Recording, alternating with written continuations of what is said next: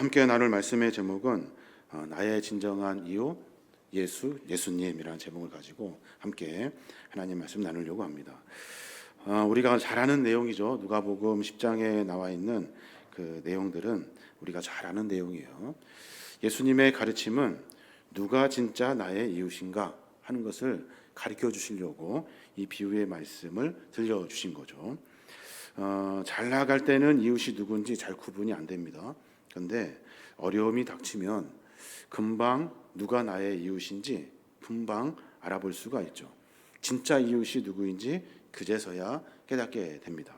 선한 사마리아인의 이 비유는 우리가 신앙 안에서 이웃이 누구인가 하는 깊은 성찰을 하게 합니다. 한 율법사가 예수님께 묻습니다. 예수님, 무엇을 하여야 영생을 얻습니까?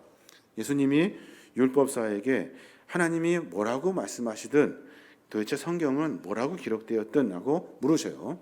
그때 하는 말이 하나님 사랑과 이웃 사랑에 대한 이야기를 율법사가 쭉 설명을 합니다. 율법사가 자기가 옳게 보이려고 자신 있게 예수님에게 그렇게 말씀을 한 거죠. 그랬더니 예수님이 하시는 말씀이 너도 그럼 그렇게 가서 살아라 라고 말씀하셨어요. 율법사의 생각에 내가 잘하고 있어, 주님이 나에게 칭찬해 주실 줄 알았는데 너도 그렇게 가서 살아 라고 말씀하셔요.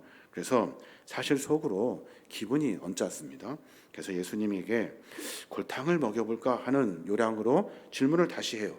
뭐라고 하냐면 그러면 내 이웃이 누구입니까? 라고 다시 예수님에게 물어요. 그래서 예수님께서 그 이야기를 듣고 그 유명한 선한 사마리아인의 비유를 설명해 주신 거죠. 저는 이 선한 사마리아인의 비유를 조금 다른 시각에서 본문을 같이 보려고 합니다. 그 내용을 조금 살펴보면 여리고에 살고 있던 장사꾼 한 사람이 그 여리고에서 물건을 가지고 예루살렘으로 올라갑니다. 여리고는 물건이 모이는 곳이에요. 그래서 그곳에서 물건을 이렇게 추려 가지고 예루살렘에 올라가서 장사를 합니다. 많은 장사꾼이 여리고에서 물건을 떼어다가 예루살렘에 팔고 그 판 돈을 가지고 다시 집으로 돌아오게 됩니다. 물건 올라갈 때는 물건이 많고요. 여리고로 내려갈 때는 현금이 많습니다. 강도들이 그것을 다 알죠.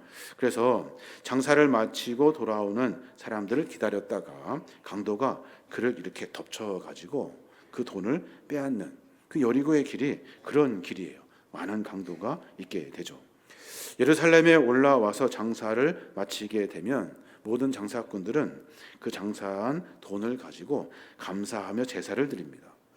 또 내가 죄 지은 것을 용서받기 위해 예루살렘 성 안에서 성전에서 그 예물을 드리고 제사를 드리죠. 그리고 나서 여리고로 내려가게 됩니다. 이제 제사를 드리기 위해서 양과 소를 가지고 성전으로 올라갑니다. 그랬더니 누가 그를 반기냐면 제사장이 반겨요. 가지고 온 양과 소를 받아놓고서 안부 인사도 전하고 이렇게 수고했다고 하면서 인사도 합니다. 그리고 가져온 고기를 가지고 서로 이렇게 나누어 먹기도 합니다. 성전을 떠날 때까지 제사장이 손을 잡고 어려운 일이 있으면 나에게 언제든지 찾아오라고 이렇게 격려하듯이 그를 떠나 보냅니다. 환송을 받고 그 장사꾼이 환송을 받고 성전을 나가려고 하는데 성전 문 어귀에 레위인들을 또 만나요. 레위인들은 뭐 하는 사람입니까? 성전 문 앞에서 여러 일들을 하는 사람이에요.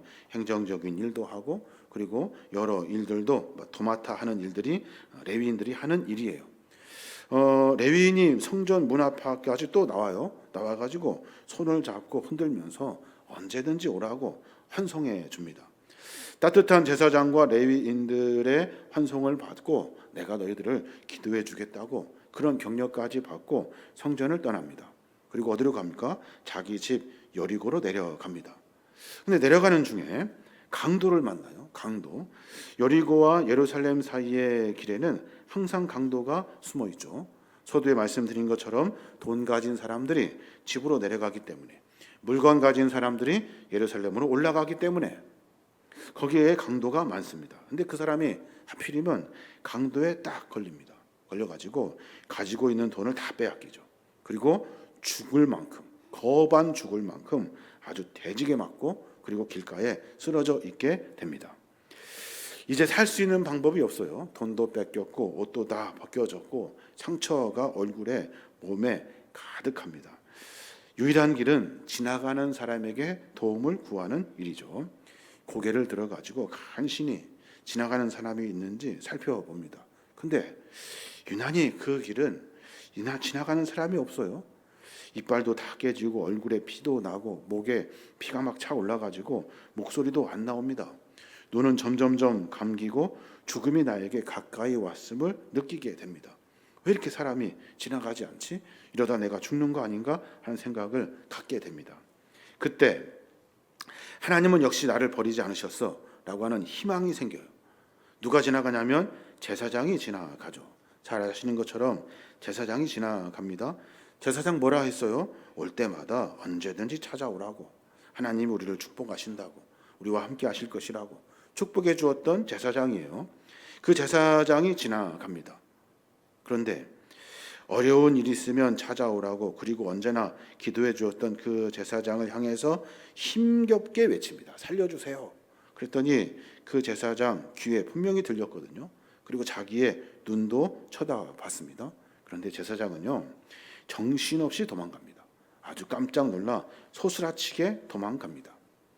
피 한 방울도 손에 묻히지 않으려고, 옷에 그 더러운 것 묻히지 않으려고 빛의 속도로 그냥 도망가 버려요. 강도 만난 사람이 충격을 받습니다. 아니, 나와 가장 가까운 이웃인 줄 알았던 제사장, 나에게 언제나 기도해 주셔서 고마운 마음을 가졌는데 그 제사장이 나의 어려운 형편을 보고 쏜살같이 도망갑니다. 마음에 깊은 아주 무거운 마음이 들죠. 그리고 혼자 생각해요.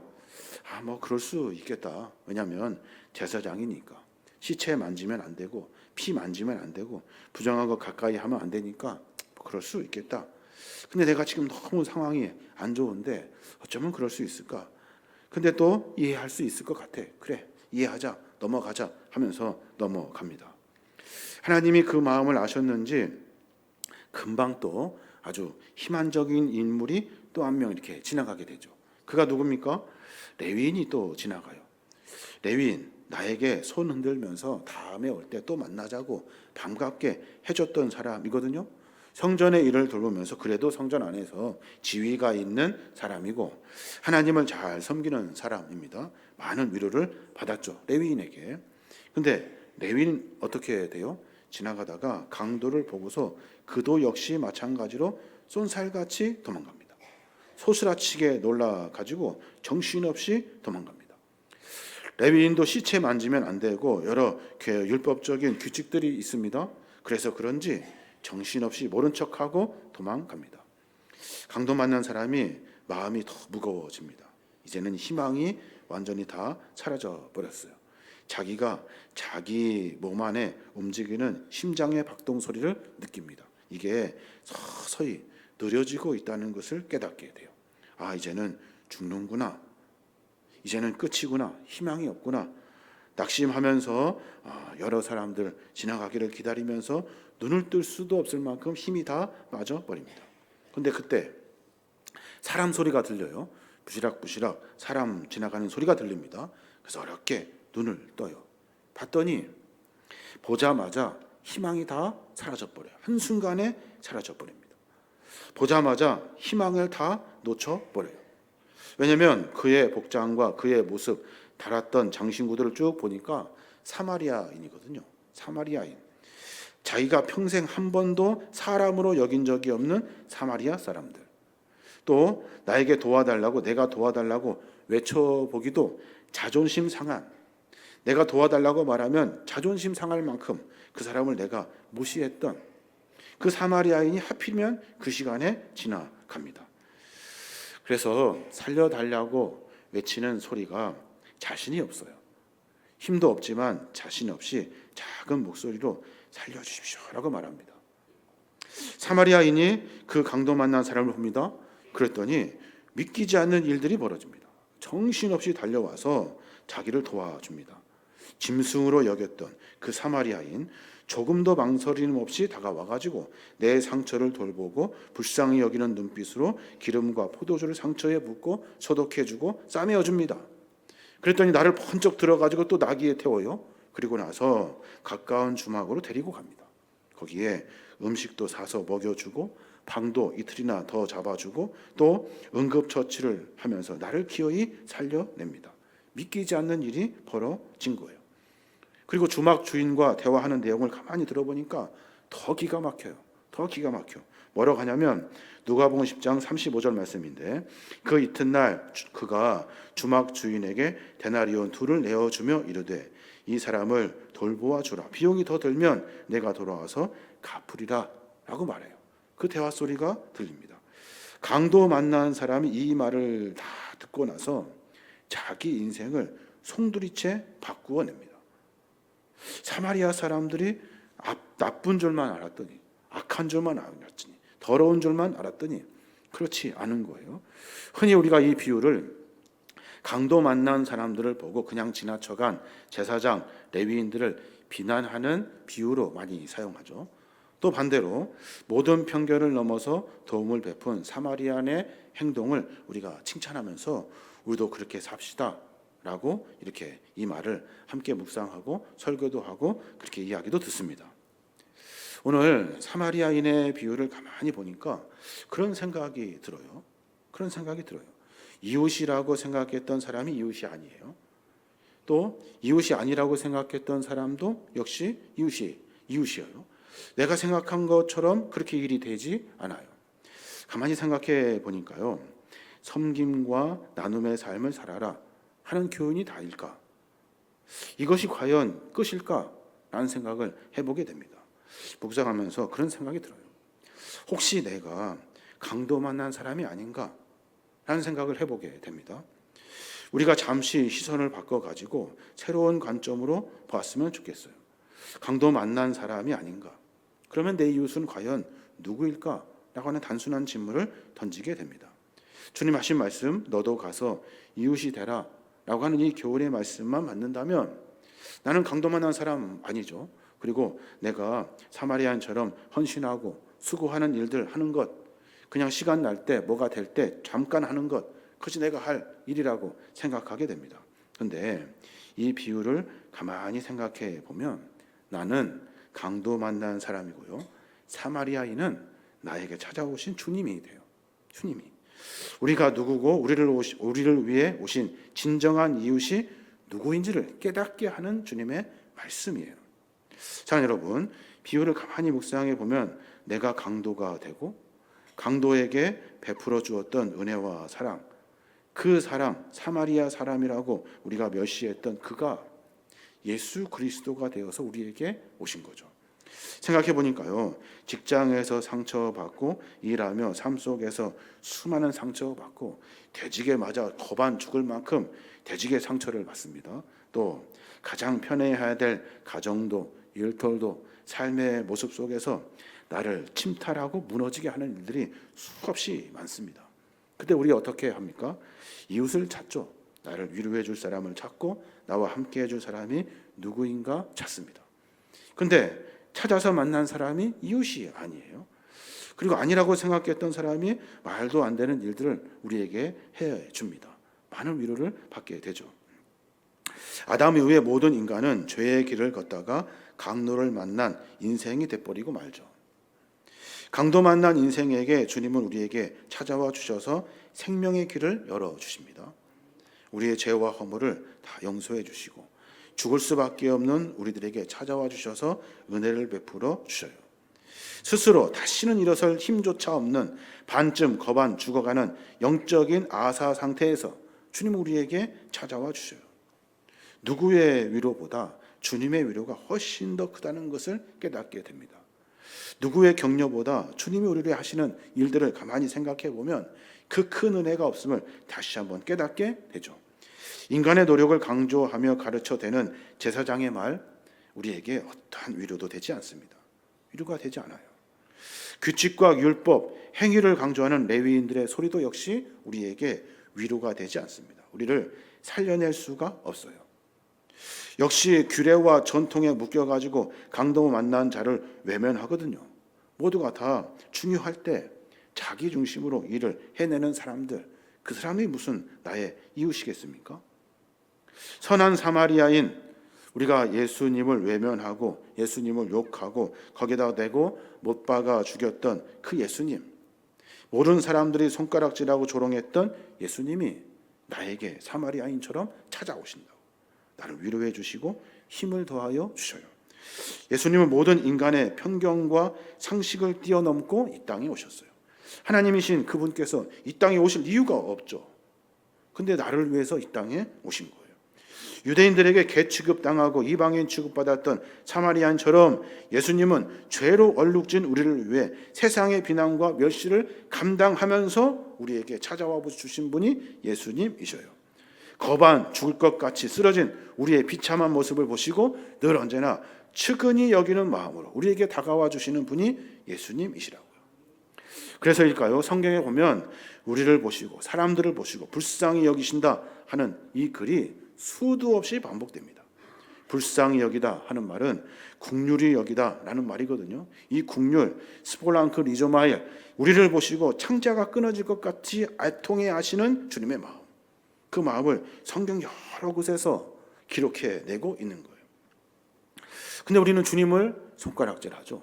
주님을 없는 것처럼 취급하고 주님이 무슨 도움이 되겠어 라고 막연하게 생각하고 금방 주일 지나고 밖에 나가면 세상의 방법과 원리와 원칙으로 정신없이 사람들을 찾아다니면서 돌아다니며 살고 있다는 거예요.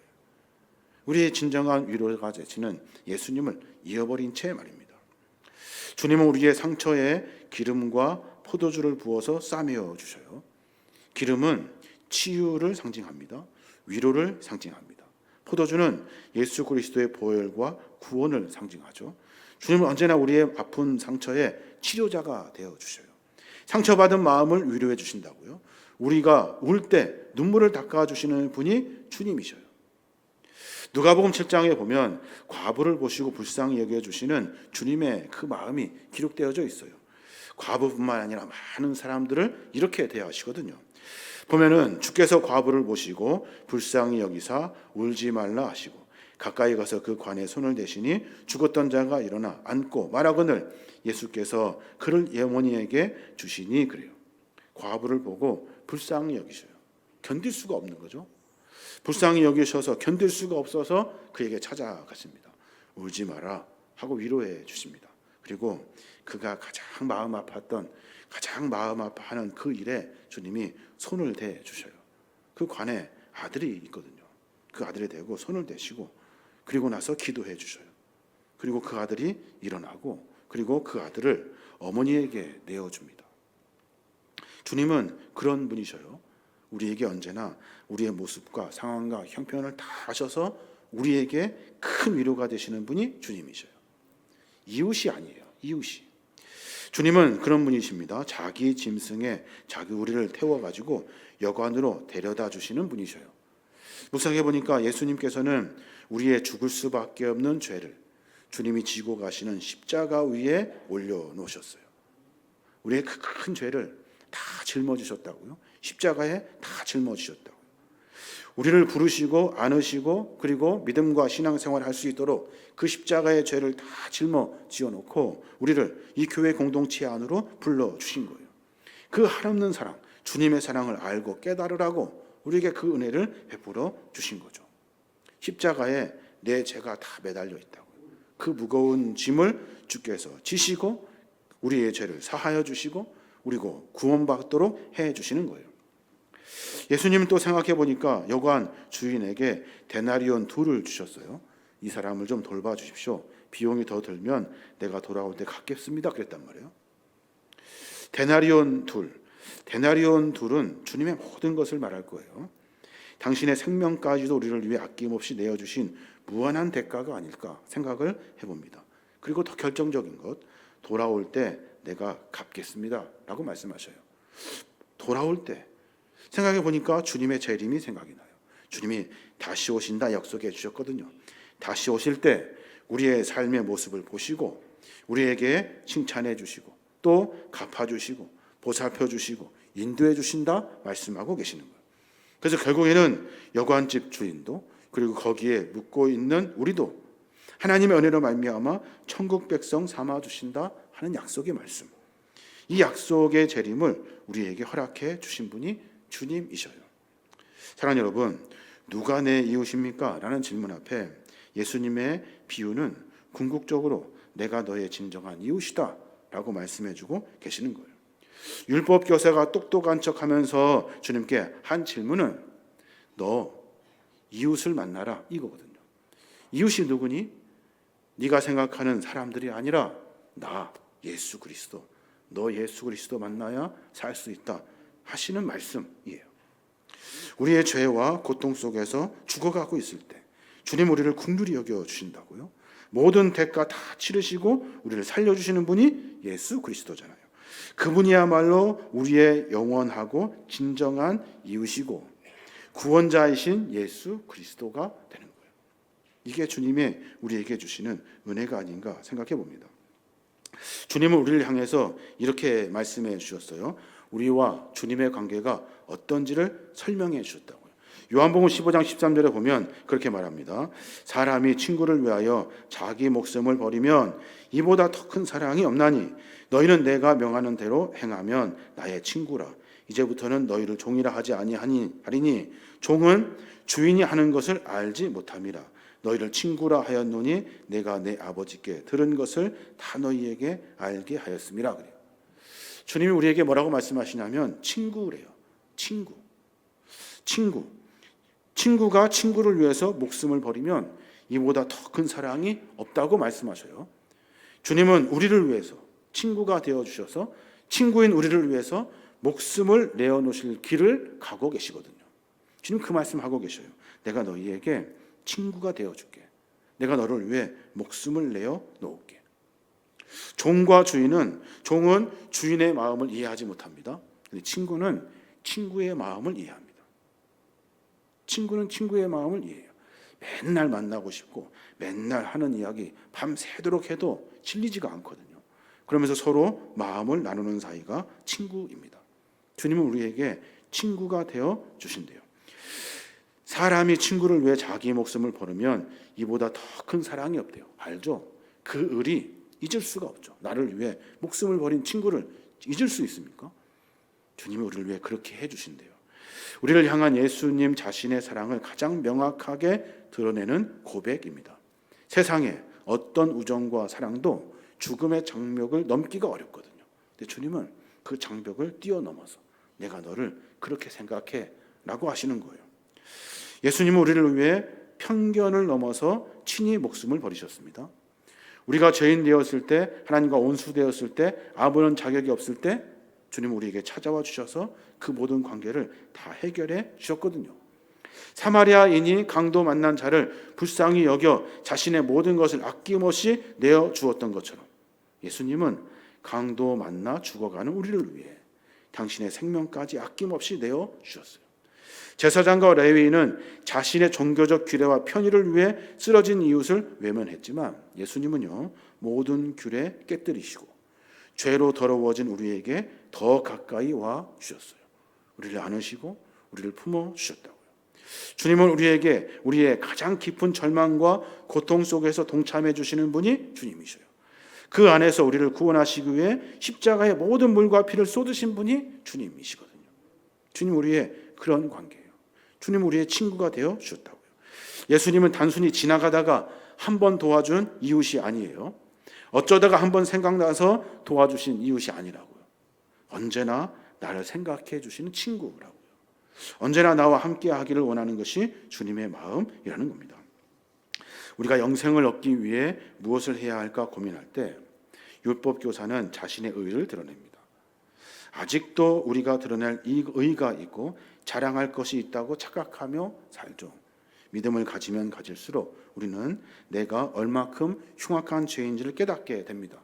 내가 얼만큼 일어설 수 없는 강도 만난 자인지를 알게 되죠. 그래서 찾게 되는 것은 예수 그리스도.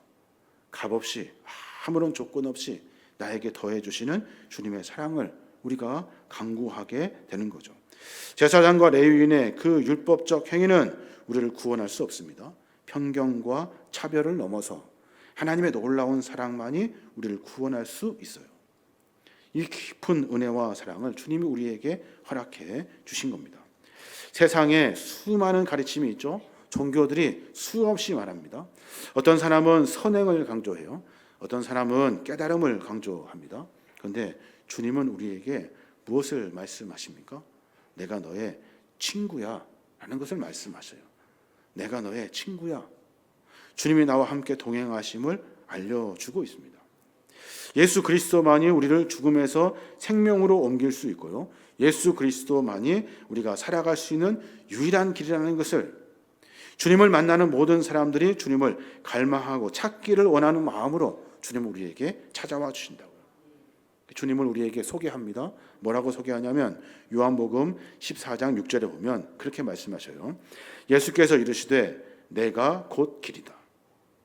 내가 곧 길이래요. 내가 곧 진리다. 내가 곧 생명이다 라고 말씀하셔요. 네가 나를 친구로 알면, 네가 나를 생각하면, 네가 나의 길을 걸어가면 그 길이 곧 길이고 그것이 곧 진리이고 그것이 곧 네가 살 길이다 라고 말씀하신다는 거예요. 묵상하면서 그런 생각을 해보게 됩니다. 우리는 삶의 문제를 해결하고자 여러 사람들을 만나기를 원합니다. 만나면 해결될 수 있을 것 같다는 생각을 가지고 또다시 친구를 찾아가고 이웃을 찾아 정신없이 돌아다닙니다. 그런데 진짜 이웃이 아니라는 것을 금방 깨닫게 되죠. 그 사람이 나를 살려줄 수 없습니다. 그 사람이 나를 도울 수 없습니다. 진정한 이웃이고 진정한 친구는 오늘 말씀에서 나에게 찾아와 주신 예수 그리스도밖에 없는 거예요. 그러니까 삶 속에서 문제 가지고 전전긍긍하지 마십시오. 늘 언제나 주님을 생각하며 나와 함께 계신 주님을 기억하며 주님이 나의 친구이심을 고백하고 감사하며 찬양하며 살아야 돼요. 이게 우리가 해야 될 일입니다. 예수님의 사랑을 본받아서 우리도 진정한 이웃이 되어주는 삶을 사는 거죠. 그리고 주님을 또다시 소개해 주는 거예요. 나도 만난 예수님, 너도 만나야 한다고 소개해 줄 수 있는 거죠. 예수님의 오심을 소망하며 살아갑니다. 비록 어렵고 힘든 일들 속에 살아가고 있지만 주님이 다시 오신다 약속해 주셨거든요. 나에게 큰 은혜를 베풀어 주신다 약속해 주셨거든요. 그때 오셔서 주님께서 나를 통해서 일하신다 약속해 주셨거든요. 그래서 우리는 예수님의 선포를 기억할 수 있어야 됩니다. 요한복음 14장 18절에 보면 그런 말씀이 있어요. 내가 너희를 고아와 같이 버려두지 아니하고 너희에게 오리라 라고 약속하셔요.